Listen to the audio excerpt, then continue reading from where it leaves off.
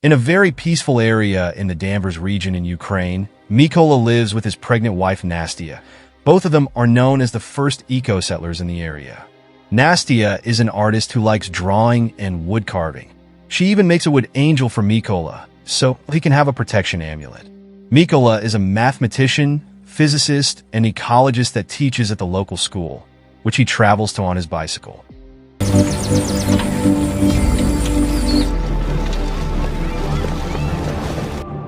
Because of the lack of electronics at home, the couple does not get any news until Mykola goes to work and gets a few minutes of TV during his break. That is how he learns about the protesters that were killed in Ukraine's capital city and Russia possibly invading the country. During class, Mykola is harassed by student Ivan, who thinks his teacher is a stranger and a weirdo, so he wants him gone. But Mykola never lets him anger him because he believes in pacifism and working on guiding the youth's mind. One morning on his way to work, Mykola notices some soldiers standing by the road but pays them no mind. When he finally arrives at school, he is shocked to find it empty, and the TV quickly tells him why. Russia has invaded Ukraine. Remembering the soldiers he saw earlier, Mykola worries about his wife and rushes back to his house. But it is already too late. The Russians are there beating Nastia up, and they catch Mykola too when he tries to defend her. After the soldiers make sure they are not spies, they start a fire inside the house and leave, but when Nastia tries to retaliate by throwing a stone at them, the soldiers do not hesitate to shoot her before finally going away. Devastated, Mykola clings to his wife's body while watching his house burn down.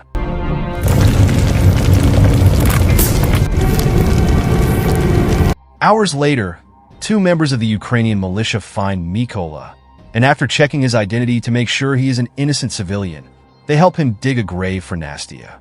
Then they take him away with them to their base. Although before leaving, Mykola makes sure to take the wood angel with him as the last memory of his wife. The higher-ups at the base are not happy about the sudden arrival of a stranger because he could be a spy, but Mykola quickly proves himself by saying he wants to join the army and drive the Russians out of their country. From then on, Mykola is sent to a heavy training course where he must learn to exhaust his body and use firearms, two things that as a pacifist he has never done before.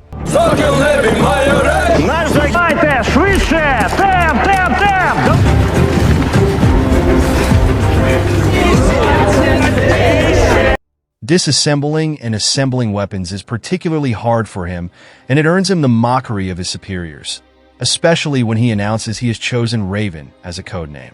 Mykola does not let them put him down and trains extra hard, staying up late with weapon practice and keeping the wood angel close so he never forgets his objective, getting revenge for his wife. A few weeks later, the trainees learn there are not enough snipers at the front and the army is looking for volunteers for the job.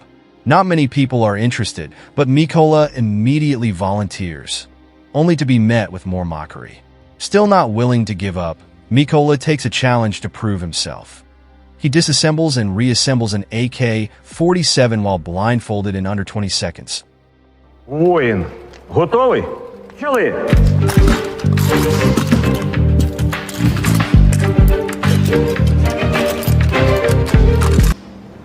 18 секунд!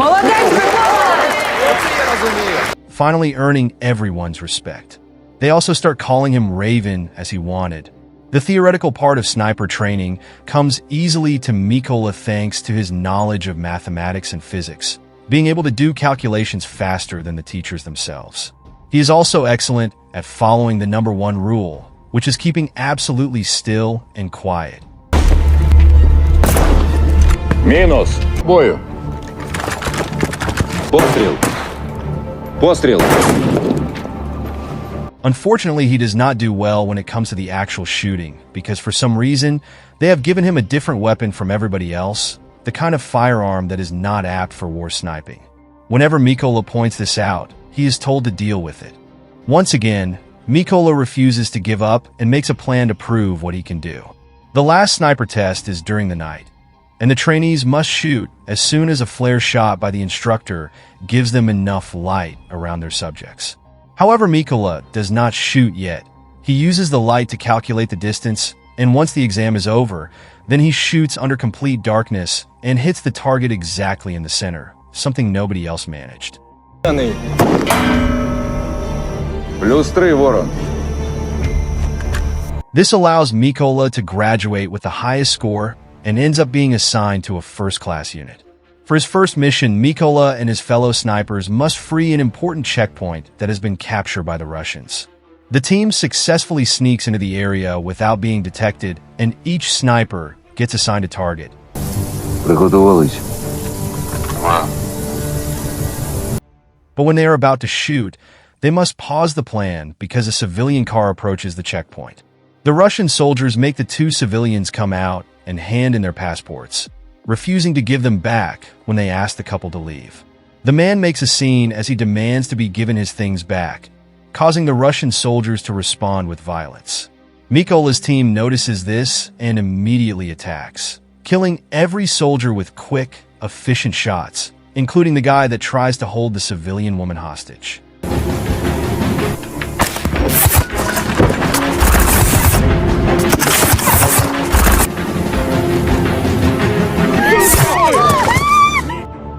Once the mission is over, the team hangs the Ukrainian flag to retake control of the checkpoint. When they return to base, Mikola hears his fellow newbies have left on a different mission. So he uses this moment of downtime to visit the school he used to work at, finding himself deeply moved by the desolate sight of the dusty classrooms. The next day, when the other team comes back, Mikola is hit by the hardest of news. One of his friends has died at the hands of an enemy sniper. This adds to the list of reasons why Mikola wants to get revenge. For the next mission, Mikola's team hides a bunch of explosives on trees behind leaves before they hide in the grass while waiting for their enemy to show up. Через 25. When the Russian soldiers appear in the forest as reports had anticipated, Mikola hesitates to shoot because he sees something he cannot believe. Ivan has joined the Russian army and is coming this way with the rest of their enemies. He snaps out of it when the captain orders him to shoot, and Mikola hits the detonator, killing every Russian soldier, including Ivan.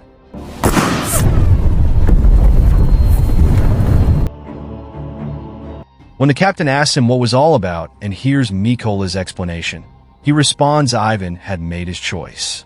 Later during a break, Mikola and the captain bond over their memories of home.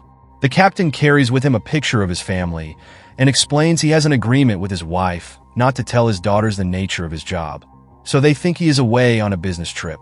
In return, Mikola shows him the wood angel, explaining it symbolizes his own family. A few days later, the Ukrainian forces manage to secure the trenches by the border. So the sniper team gets in position to wait for the Russian forces that are getting ready to invade this region.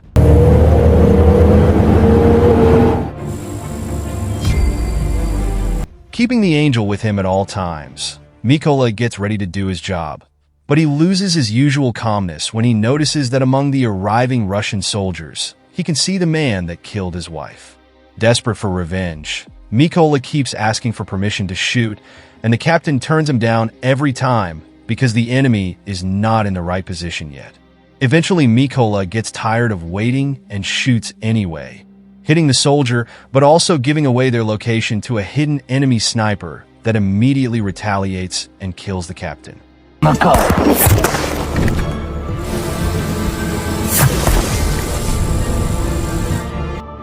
As the Russians open fire on them, Mikola has to drag the captain's body through the field while dodging every bullet and every bomb.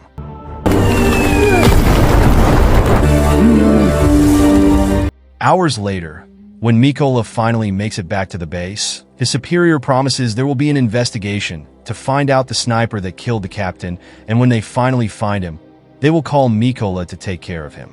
Meanwhile, Mikola is overwhelmed with guilt and decides to throw himself into solo missions to make up for his mistake.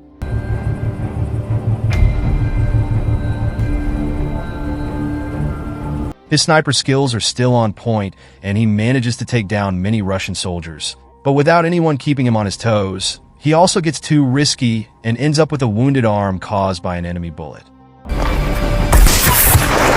Mykola goes to a secret hideout to take time to recover and watch the news to get an update on the political status of the negotiations with Russia. But his break is interrupted by an important call. It turns out the army has found the location of the sniper that killed the captain, so Mykola needs to come back. Before the mission begins, the soldiers are told all the information that has been gathered so far. The sniper's bullets are wide-ranging. He has already killed 5 Ukrainian snipers and 3 machine gunners, and his name is Sari. To make matters worse, he records all his kills and posts the videos to demoralize them. He even had the nerve to post the recording of their captain's death. At least all these casualties have allowed them to pinpoint Sari's location. And since they cannot fill the place with mines because of a chlorine storage in the chemical plant where the enemy is hiding, they have come up with an alternate plan. Their snipers will take out the lower soldiers to clear the way in order for Mykola to sneak inside and get Sari face to face.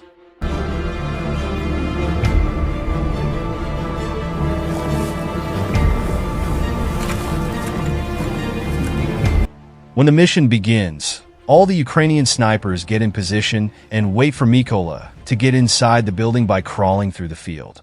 The first soldier he finds is the other man that had attacked his home and still remembers Mykola, saying he should have killed him the first time.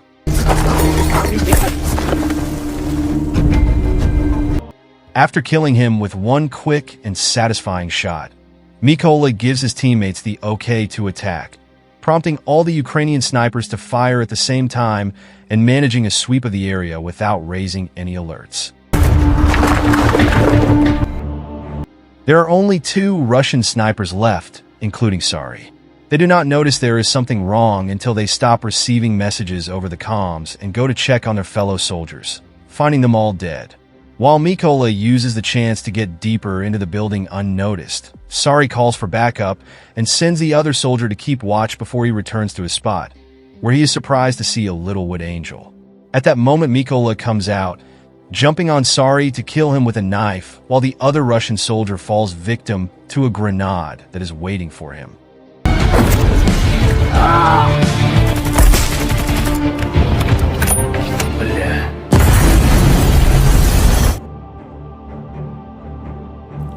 Then the backup that Sari called for arrives at the area, so Mykola uses Sari's radio to tell the new soldiers that they will pay for what they did.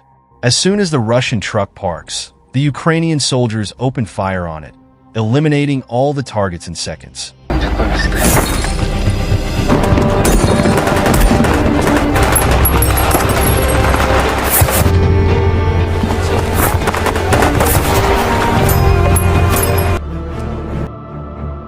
Now that Mykola has avenged his wife, his friend, and his captain, he decides to take a break and go back home to visit Nastia's grave, making sure to fix the cross that had fallen.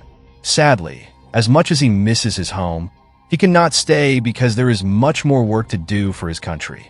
Soon he is on another solo mission, ready to bring down as many Russian soldiers as necessary.